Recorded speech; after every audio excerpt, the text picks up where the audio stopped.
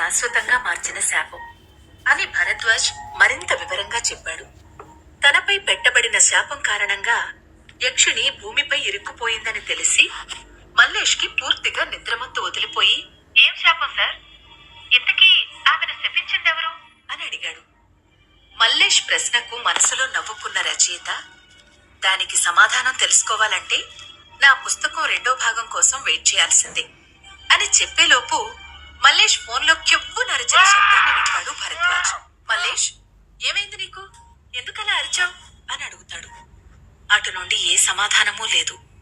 కాని టక్ టక్ మంటూ ఫోన్లో వింత శబ్దాలు వినిపించాయి. భరద్వాజ్లో కంగారు మొదలైంది.